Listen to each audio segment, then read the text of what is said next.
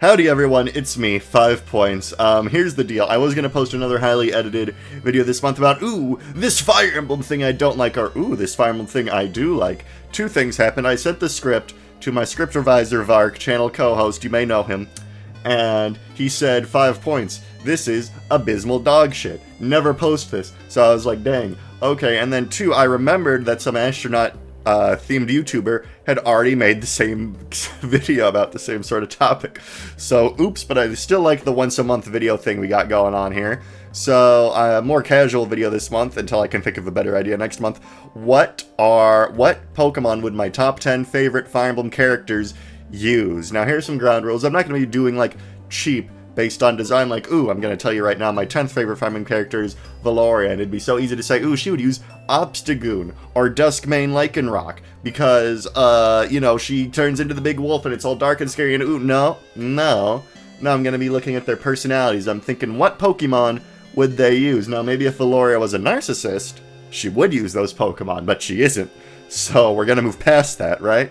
And, you know, like and comment, what you think, what Pokemon your favorite Fire Emblem characters would use. I don't know. It's interesting. Maybe we'll have different opinions. And then subscribe if you like what you see. And of course, Death and Tactics, Steam, wishlist, demo out now. You know you love it. Alright.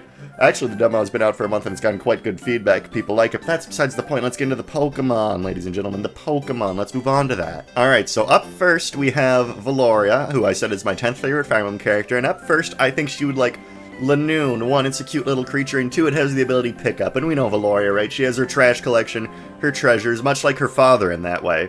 You know, everyone else considers them trash, and what does Lanoon do? It has the ability pick up, ladies and gentlemen. It walks around, and as you walk around the region of Hoenn, can you tell this video is just going off the riff? You just pick up various items. So I think Valoria would treasure that. She'd be like, ooh, my little precious Lanoon picks up an item for me. That's great. And then I think she would have Kangaskhan, right? Because we can tell from her support with her dad. You know, some of the other Fates kids are a little angsty with it. Like, ooh, you left me in the baby dimension for 20 years. I hate you. No, Valoria is actually quite fond of her father. She calls her daddy. But then Keaton actually feels the opposite way. You know, says, ooh, I'm going to get a restraining order on you. So we know she values, you know, her relationship with her parents very much, so I think she would see Kangaskhan, you know, she's almost made obsesses over it, you know, Keaton says, I'm gonna get a restraining order on you. Not that quote for quote, they probably don't have restraining orders in the fantasy world, but whatever. So I think she would see Kangaskhan and just think that's absolutely adorable. It carries the baby around in the pouch at all times, and she would really appreciate that on a personal level. Next, I think she would use Garbodor. The logic for this one is obvious. She values trash. You know, everyone hates this thing or hated this thing when it came out. I think it's garnered a bit more appreciation since the Gen 5 hate wave ended in, like, 2015. I don't know. And she would be like, yes, this is the most adorable thing ever of all time. I love garbage, folks. That's what Valoria would say. She would run into the little village she lives in and say, I love garbage. Yes. And for similar logic, I have Barbaracle. I have often seen people describe this as the ugliest Pokemon. Who the hell likes Barbracle, ladies and gentlemen? Who even likes Barbracle? So everyone thinks it's an ugly, hideous thing, but Valoria, she has the opposite logic. She thinks cute is ugly and ugly is cute. You know, she keeps a trash collection. You know, she tells Shiger, paint my trash collection. This is so beautiful.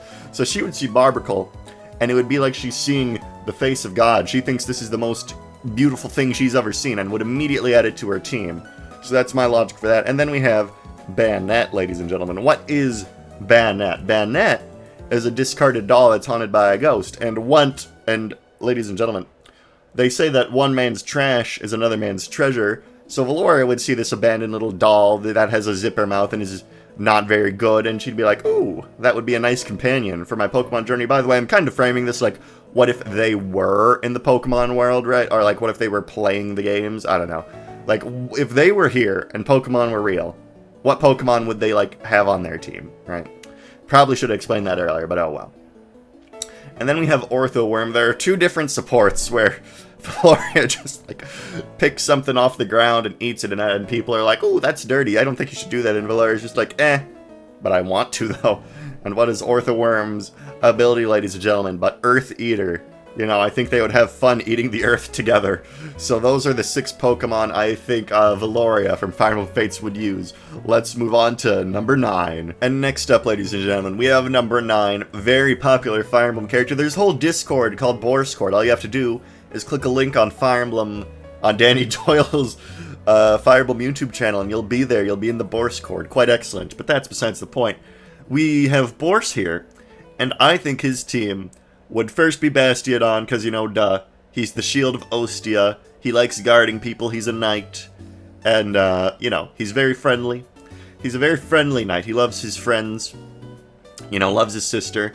So we have the shield, you know, I think he values his side defense. But then we have Maspidif, you know, he's a bit of a guard dog, you know, because, like, he wants to go back with Lilina, and then Lilina is right, you know.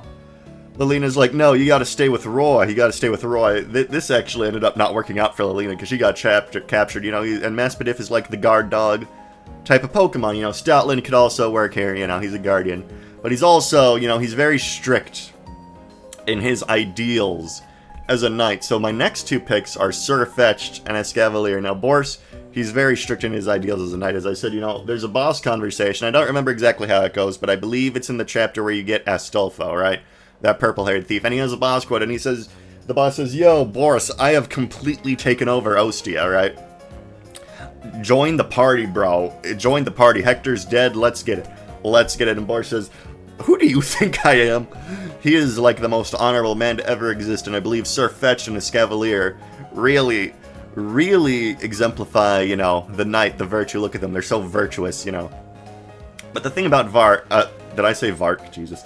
The thing about Bors is that he is a very normal guy. You know, you get later into the series where, you know, oh, we just did Valoria the Trash Collector, who's like a wolf person, and then, you know, in the earlier games, you know, the personalities were a bit more restrained, you know, not all of the time, but Bors, comparatively to the rest of the cast, he's a very normal guy, but he still likes supporting his friends. So we have Farigiraf, you know, one of the most normal Pokemon there is. It's just a giraffe, ladies and gentlemen. It's slightly reversed. The evolution now is a chain chomp on its head. Very normal Pokemon. I think Bors would gaze upon this beast and be like, that's pretty neat, right? But it also has a support ability because, you know, he's a knight. It's his knightly duty to guard. And what does Farigiraf have? It is a normal type, a very normal type, with the ability to block priority attacks for their allies, ladies and gentlemen. And I believe Bors would find immense value in this. And then, my final pick is Slowking, and this is because of his support with Wendy, you know.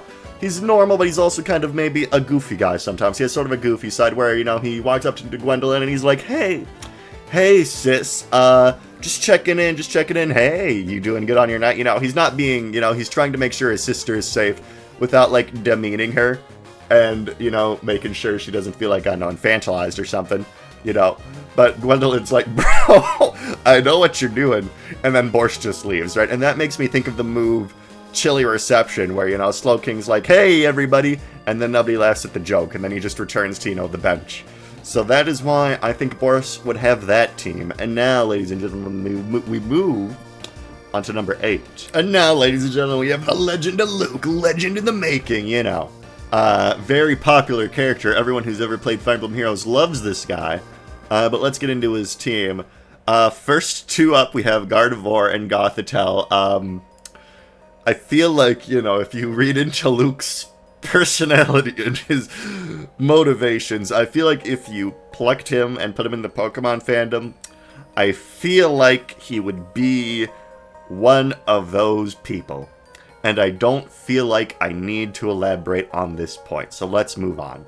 And then we have Cragnole. What is Luke's thing? He likes attracting the ladies. He's like, ooh, where are the pretty healers at, baby? And what does Cragnole learn? Attract. But Cragnole is genderless, so it can attract nothing. So I feel like Luke would fall for it, like, ooh, with this attract move, I can attract the ladies, realizing, no, Cragnole can not do such a thing because Luke is a very foolish person. And then for his next Pokemon, I think he would use Exploud, because what is Luke? Luke is very bold. He's very bolsterous. He says, legend in the making. I'm going to be a legend, baby. He's very... I don't know if aggressive is the right word here about it, but he's very...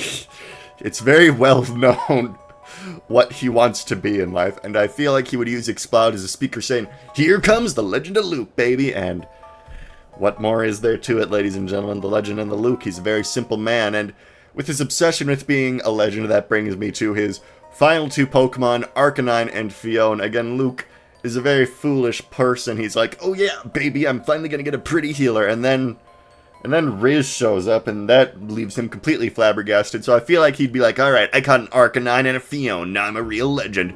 Because what is Arcanine? It's described as the quote-unquote legendary Pokemon in its Pokedex entry.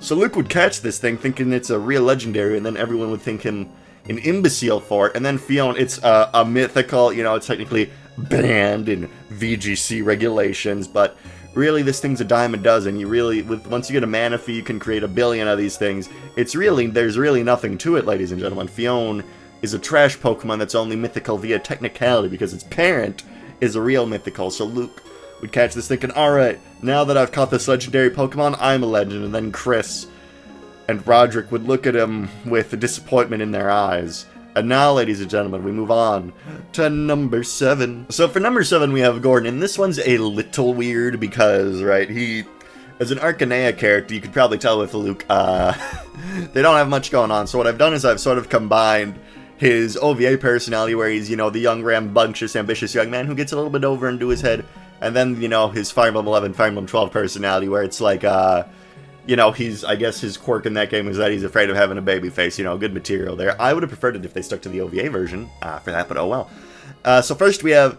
Slaking, again, similar to Luke. I feel like Gordon would be like, hey Doga, look, I caught the strongest Pokemon, I'm not a small fry, now am I? But then, you know, Gordon, he runs into things, he says 5 points, you know, shoots the guy in the ass, and Doga, his best friend, has to physically pull him back, you know, he gets into danger, and Gordon's like, hey! So I feel like Gordon would just go out and immediately catch what he perceived to be the strongest Pokemon without realizing the consequences, like, oh, this thing has, Traunt, oops. And in the similar vein, he would have Archeops, you know, he has the defeatist ability, which makes it terrible. You know, so he'd be like, Doga, I got the 2 strongest Pokemon. You're screwed now. And then he would lose immediately, because that's our boy. We love him for it. And then we have Avalugg. He would see this thing, see that its name is Avalugg, and then he would catch it, and he'd name it, you big lug, and then he'd say, it looks just like you, Doga, and he would make fun of him for it, because that's, you know, that's a very Gordon thing to do. And, you know, next we have Decidueye.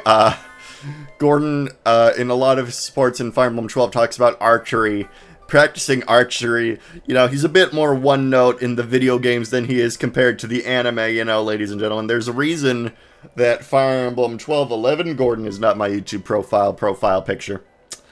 And it's the OVA version, because that is actually kind of a fun character. So, you know, I kind of imagine that the game version doesn't exist whenever I use him in the games, but oh well. So we have Decidueye, he's the archer Pokemon. Gordon's hobby is archery, whoop-de-doo. Then we have Diplin. Diplin is described as the 2-in-1 Pokemon, you know.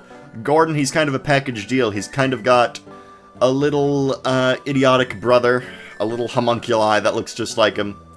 And, you know, they grow into the Hydra eventually. But I feel like this represents Gordon's baby face. You know, he leads with, you know, the tough-looking Pokemon, you know. The Slaking and everything. But then, oh, he's actually just a soft little boy who loves his brother. And they have the 2-in-1 Pokemon. And then we have Mightyena, you know. You know, it's how he wants to be perceived, you know, he wants to be this mighty, strong dude, he wants to be manly, despite the fact he has the baby face, so he sees the Pokemon with mighty in his name, you know, it's Mightyena, you know, it's a cool looking dog, it's like, he'd be like, well, I'm not a baby, guys, look, I have Mightyena, it's so mighty, but we all know the truth, ladies and gentlemen, that Mightyena has abysmal stats, and, you know, sort of combining it with the OVA personality, Gordon would not see this, he'd be like, look, guys, I'm a real man now, I've got Mightyena. And not realize the foolishness of his predicament. And now, ladies and gents, we move on to number 6. And next up, ladies and gents, we have the one, the only, that's right, Perry. Perry Fire Emblem, everyone's favorite character, yup. So first up for her, we have Gengar. You know, Gengar gives me a lot of Perry aura because Perry just murders and kills people with a smile on her face. She goes, yeah, violence, and Gengar is a Pokemon with extreme malicious intent, and what does it do, ladies and gentlemen? It just smiles the whole way through, so I feel like they would get along very, very well. And then we have Dash Bun. You know, Perry likes baking. She's the best chef in her game. And this is a little cute food Pokemon. I feel like Perry would appreciate the fashion of it. You know, it's got its little buns. You know, Perry's a bit of a fashionista, sort of got that twin thing going on. And Perry has her twin tails. And Dash Bun has those two things going on the side of its head. And then we have Furfrou, again, with Perry being a big fan of fashion. Furfrou is a Pokemon you can really customize the look of, and I think Perry would appreciate that quite a bit. And then we have Pinsir. I look at this as sort of the execution Pokemon, because look at those two things on the top of its head. I'm pretty sure it learns Guillotine. I'm like 99% sure it learns Guillotine. So Perry would be like, yay, violence, Pinsir, execute that thing. And it would get the one-hit KO, it would cut her enemy's head off, and she'd be like, woohoo, yay, yeah, yeah, woo. You know, I really can't do high-pitched lady voices. That's probably extremely grating for you. I apologize. I'm deeply sorry. And then we have Ceruledge. It's a ghost type. You know, Perry's obsessed with death. It's got swords. So, you know, I feel like she'd be like, ooh, Ceruledge, can you melty-welty that thing? And, you know, cut it in half, burn him to death. Perry would be laughing all the time. And it's sort of, you know, a knightly Pokemon. And Perry's, you know, she likes having her Xander retainer job. So I feel like that'd be a good fit for her. You know, she's sort of a knight as well. But this is a knightly Pokemon, you know, compared to a Scavalier and Sirfetch'd, which I chose for Boris. This is a Pokemon a knightly Pokemon she could inflict extreme, unprejudiced violence with. And then I feel like her ace would be Sneasler, because, you know, it's kind of got the claw hands going on. And, you know, Perry has, you know, her clawed gloves, you know, her clawed metal gloves that she wears. You know, I know I said I wouldn't judge based on look, but, like, compared to Valoria, right, she didn't choose to be able to, like, turn into a wolf, you know. Perry deliberately chooses to wear clawed gloves, presumably so she can, you know, scar people and make them bleed. And I feel like Sneasler has kind of got a similar thing going on. But you're thinking 5 points. There are other clawed Pokemon, what the hell? But I think Perry would really appreciate the variety of violence that she could inflict with Sneasler. Because Sneasler's signature move is Dire Claw, and this can inflict sleep, paralysis, and poison. And, you know, Perry, you know, she's a really artistic gal, you know, she never makes the same thing twice, you know, she does stabbing, she does bludgeoning, she does thwacking, so she would see this move that can inflict so many forms of death. You know, we got slow death, poison, we got death where you can't even do anything because of paralysis, and we got sleep where you never even see it coming. So she would just be like, yay, Sneasler, let's kill this guy in a completely different way, this guy, woohoo! So I think Perry would really get a kick out of the clawed Pokemon Sneasler. And now, ladies and gentlemen, I forgot what number we're on, but we're going on to the next one. And ladies and gentlemen, for number 5, we have Charlotte. Now, this I think is a fun team. She would lead with Hisuian Zoroark, Hisuian, just because I think that one looks cooler, to be honest. And why? Because Charlotte is a very deceptive person, you know, she tries to be fake all the time, so her lead Pokemon would be Hisuian Zoroark, and you'd think, oh, this is an adorable Pokemon, what a lovely woman I'm fighting. And it's like, oops, nope, this is a normal ghost type, and a move you just used, it's probably immune to, and now you're gonna get blasted. So that's got you thinking, okay. And then, the Pokemon it's imitating, and then the second Pokemon she would send out is Hattern. Now, Hattern, you know, it's a very, you know, feminine Pokemon, you know, it's got the hat, you know, the pink coloration, and you think, oh, this looks sweet. But then you read its Pokedex entry, and its Pokedex entry is that if you have a bad vibe, it will just run up to you 50 miles away and beat you to death. So that's like, oh, you know, on the surface it's a cute Pokemon, but then, oh, it's very, very violent. And then we have Persian, you know, the cat Pokemon. And I chose this because it learns Payday. And, you know, let's just throw Golden Go up there. Similar reasons, you know, she's very obsessed with the money, because, you know, she's got to support her family. That's the whole reason she got her Norian army job in the first place. And then we have Mimikyu, similar theming, where it's like, ooh, it's Pikachu, look at me, I'm so sweet, haha, but then no, it's the vicious, violent ghost who wishes to cast a hex on you. And then her final Pokemon, you know, we have all this stuff where it's like, oh, look at me, teehee, I'm so sweet, you know, so I'm thinking of this in the structure of, like, a gym battle, you know, because it's like when you fight President Rosé's underling in Pokemon Sword and Shield, it's like, oh my god, all these cute Pokemon, and then she ends with Garbodor. So in the similar theme, we have Annihilate. Yes, folks, Annihilate, because I feel like this exemplifies her personality very well. You know, to evolve into Annihilate, you need to get so angry that you die.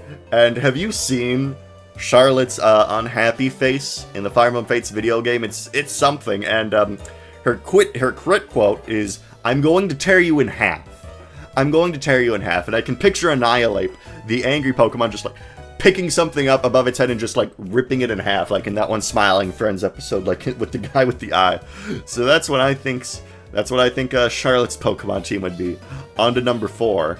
Number 4, my friends, Gonzalez. This one is very simple because Gonzalez is a very simple man. He is strong, he is tough, he throws his axe up in the air, he crits you. So for his first 3 Pokemon right off the bat, Darmanitan, Crabominable, Rampardos, you know, he's gonna kill ya, he's gonna do it. Crabominable, I think I chose because, again, like Barbarcle, this is a lot of Pokemon, people think it's ugly, you know, you get Crabrawler, it's like, oh cool, a cool little crab boxer.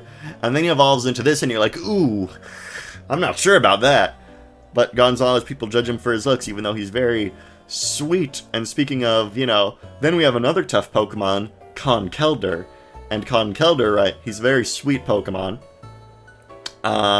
Because, you know, he helps build constructions, he's got his whole evolution line, you know, Timber, Girder, Conkeldurr, you know, he's strong, he's tough, but, you know, this is the sweeter side of Gonzalez, where, like, in his ending, where he's gonna come back and help you build your house.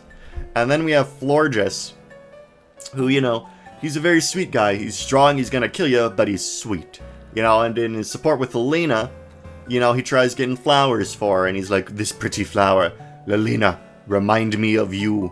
And it's very nice, it's very pleasant, so I think he would get Florges and try to show it to Lilina and be like, "Lilina, look, you." And then Lilina would be blushing like, "Ah, you know what, I'm gonna say it. Get the Lilina, Roy ship out of here. Lilina Gonzalez, right? And then Roy can have Sue, and then everyone's happy. But that's besides the point. And then for his final Pokemon, I think he would rock a Quagsire, because Gonzalez, as sweet as he is a very unaware person. He's a big dope. He's a big sweetheart dope, and that gives me Quagsire vibes, because he has the ability unaware, and he's a very pleasant Pokemon. Look at his nice little smile. And I say this because in his Lilina support, and I think this is one of the funniest things in the series, folks, one of the funniest things in the whole series, Fire Emblem 6 really is a beautifully written game. People will tell you it's an Arcanea rehash, but no, they are actually quite unintelligent if they say that. But Gonzalez, the sweet boy that he is, he's just doing this all for Lilina. He literally does not know who Roy is, you know. Lilina's like, "Gonzalez, are you enjoying working for Roy?" And Gonzalez is just like, "Who Roy? Who that?" And it's just great. Gonzalez is here for the vibes, dude. He doesn't know what he's doing. He doesn't understand the world around him, but he's here to party. And Quagsire, that's just beautiful, man. That's just beautiful. On to number 3. And for number 3, we have Lysithea. And again, this is a big one where it's like, no, I'm not really taking aesthetic or surface level stuff into this, because I feel like a lot of people would give Lysithea like, ooh, Cursola, because it has the Perish Song ability, and it's a ghost, and Lysithea is going to die of cancer, and it's like, folks, if Lysithea was in the Pokemon world, would she want a Pokemon that reminded her of her impending death? Would she want that? No. But I think she would want the first Pokemon I'm choosing, Porygon Z. Now, Porygon Z, I feel like Lysithea would find a very relatable Pokemon in its struggle, because it's a glitchy Pokemon, it's glitching out all the time, it wants to be loved, but it has a very high special attack, but it's very frail, and, you know, it will die in like one hit to most things. Does that remind you of anyone? So I feel like she would find Porygon Z, this glitching freak of nature that shouldn't even exist, and with its high special attack, and Lysithea would connect to that on a personal level, you know, and maybe they could help each other out, compared to like Cursola, where it's like, oh, she's gonna die, oh, she would have... No.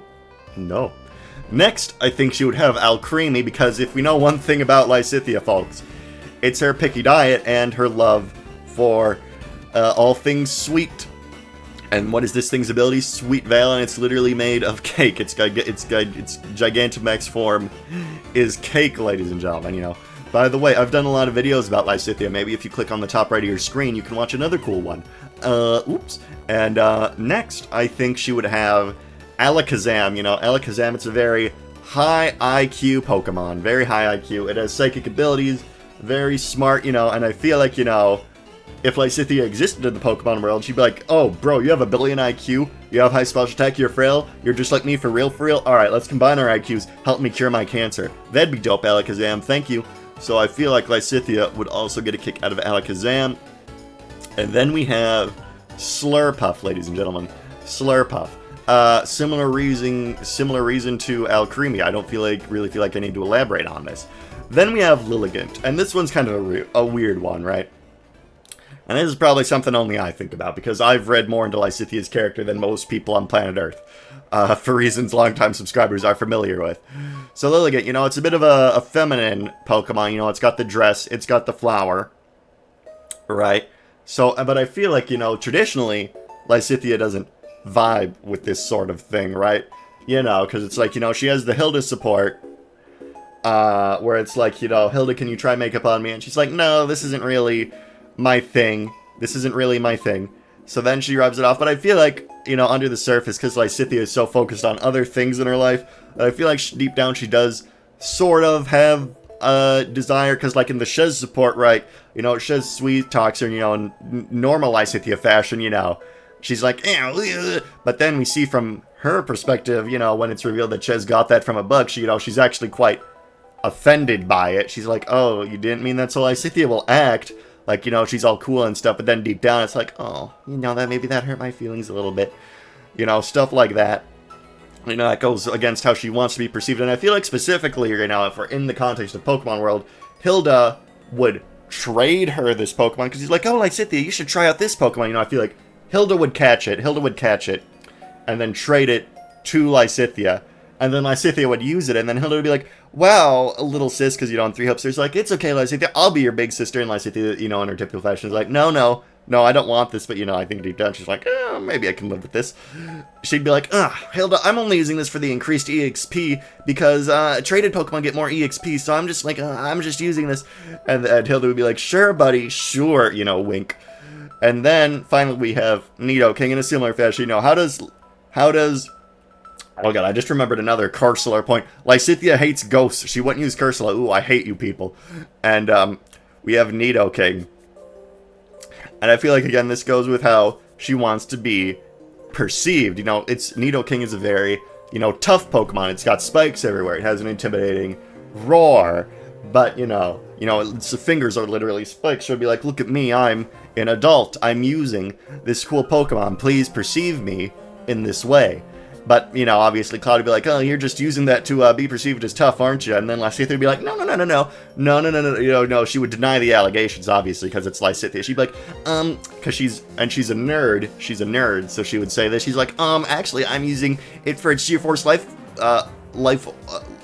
why can't I say life form coverage? Because it gets flamethrower, earth power, sludge bomb, ice beam, thunderbolt. You really can't beat its coverage, Claude. You know, she would deny the allegations, claim utility, because Lysithea is a nerd. She would choose the exact Pokemon that would make her look tougher, you know, make her look more adult, and also has good utility. You know, this thing was the Landorus incarnate of Sword and Shield, ladies and gentlemen. So she's a nerd, so she would pick Pokemon in that way, I think. So, you know, after reading Lysithea's supports, maybe, you know, more than most people would, I believe that this would be her Pokemon team. And now we can move on to number 2. And now, at number 2, we have Mathis. First up, I think we would have Growlithe. And you'll notice a theme here that none of his Pokemon, except for one, are evolved because, as, you know, elaborated on in the FE12 Chris support, Mathis is a very lazy person. He doesn't like trading. He likes, you know, claiming his ideals and stuff, but he doesn't like actually working towards those goals. So we have Growlithe, who has the justified ability. Mathis, you know, has a sense of justice, but it's a weak form of justice because it's not evolved. You know, he's like, don't let a thief steal your girl's heart. You know, he has an innate problem with Julian because of his thieving background. And then we have Starly, because of the reckless ability. Mathis, he is not the thinker, you know, he will just charge at people, much to many people's chagrin, not mine, because I understand game mechanics, but hey, he will charge at people and he'll be like, Lena, where are you? And then he will stab her. So Starly there, the reckless ability. Mathis is rather reckless, but family, despite that, is very, very important to him. So he would see Mousehold, and he would see, he would specifically have the version where there's 4 of them, the siblings. I know there's a version where it's like there's only 1, but he would have the 2 version, because he'd be like, it's just like me and Lena, look at that.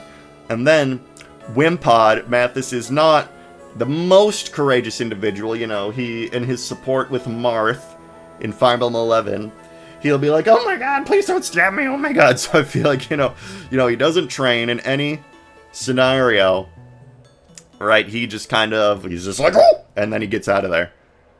Yeah.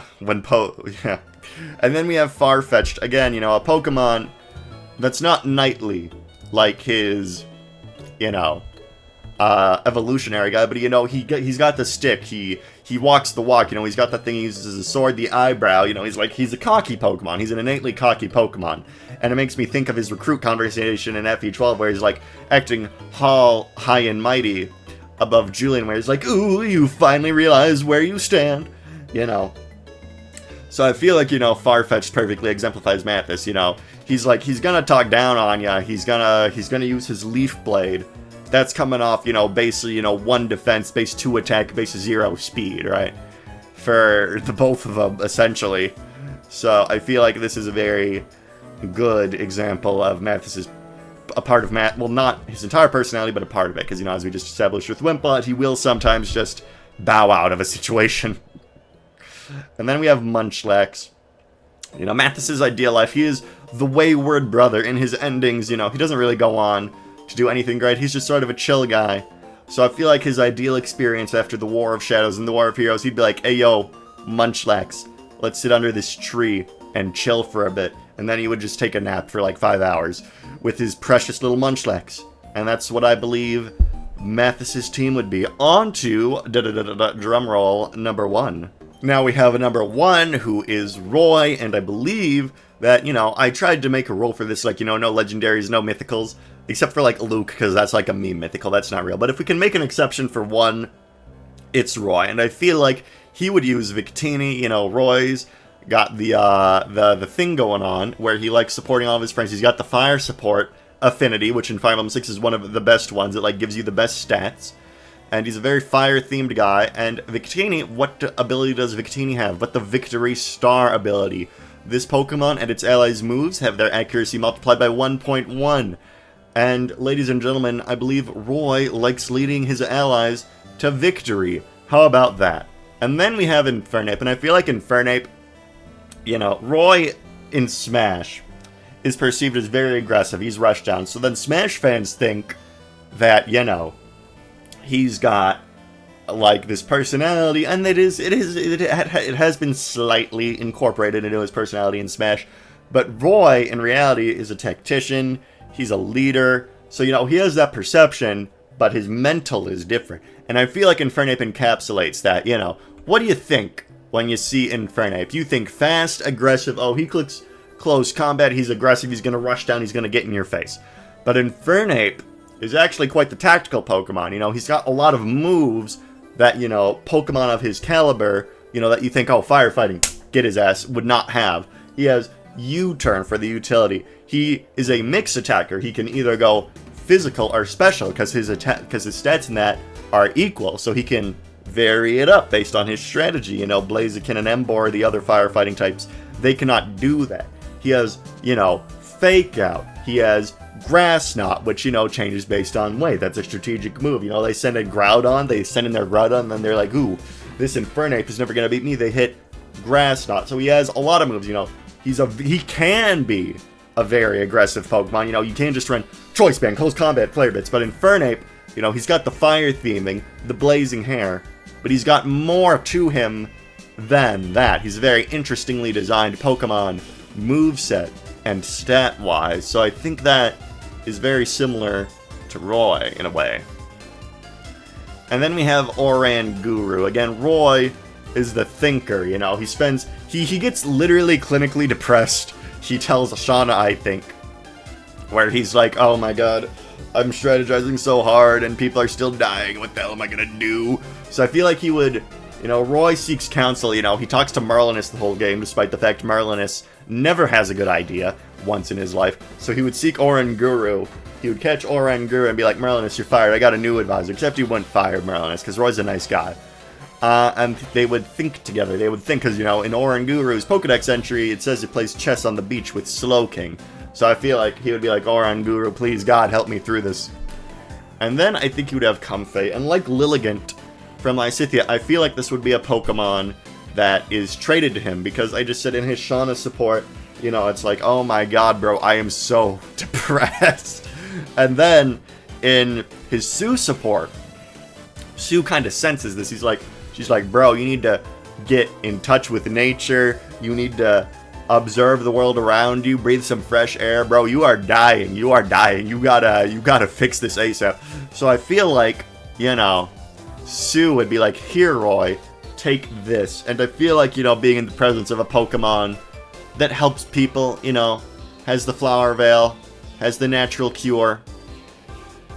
You know, this is a very friendly Pokemon. You know, it's one with nature. You know, it makes the necklaces out of flowers. And I feel like, you know, this would be a Pokemon that would help calm Roy down. Help him, you know, get back down to Earth. And it would be a Pokemon traded to him by either Sue or Shauna. And then we have Palmot. Again, Roy is obsessed with saving his allies. You know, in one of his supports, I forget which one, he tells his buddy that, like, oh my god, I've spent so much time strategizing about how I can get through this battle with 0 casualties. Oh my god, bruh. And, you know, he's very obsessed with keeping his people alive, and Palmot has the Revival Blessing move. So I feel like Roy would be like, oh my god, I can keep my friends alive? Hell yes. He would not catch the Dung Beetle Pokemon that also has this move for some reason, for reasons I don't think I need to elaborate on. And then we have Togekiss. Togekiss is a Pokemon that's very sweet. Again, people receive Roy as this aggressive guy, but he's a very sweet guy. So we have this Fairy Flying Pokemon, and it really only reveals itself in its Pokedex entries to the pure of heart people who avoid unnecessary conflict. And what does Roy do? Roy, in his ending, the good ending of Binding Blade, he's like, I know you don't want to do this. I don't want to do this. Why can't we be friends? Why can't we be friends?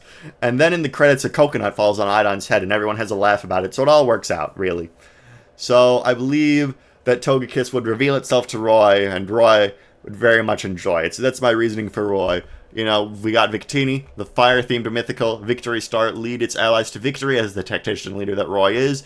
Infernape, the fiery brute that has more depth to him than that. Oranguru, the strategist Comfey, the Pokemon that was traded to him to help him calm himself down. Palmot, save my friends please, and Togekiss, the reward for being pure of heart. So, ladies and gentlemen, those are the Pokemon that I believe my top 10 favorite Fire Emblem characters would use. What Pokemon do you think yours would use? Leave it in the comments down below. Like, comment, and subscribe if you like this video and want to see more videos from the glamorous 5 Points. Try my demo on Steam, wishlist the game. Thank you to my patron Ginger, and I will see you all next month when I hopefully have a better, more original video idea out. See you then.